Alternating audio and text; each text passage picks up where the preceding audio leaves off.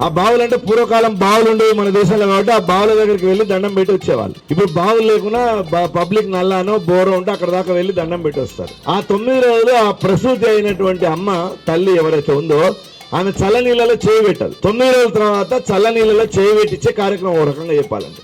ఎక్కడ పెట్టిస్తారు ఆ చల్ల నీళ్ళలో చేయి అంటే ఆ బజారు బాయి. పూర్వం అందరికి బజారు బావులే ఉండేవి కాబట్టి ఆడికి ఆమెను బయటికి తీసుకొని పోయి ఆ బావి దగ్గర నమస్కారం చేసి అక్కడ 3 రాళ్ళు పెట్టి ఆ రాళ్లకు పసుపు కుంకుమ పెట్టి గంగమ్మ తల్లిని పూజ చేసి దండం పెట్టి ఇంటికి రావడం. ఏంటి దాంట్లో ఉన్న అంతరార్థం?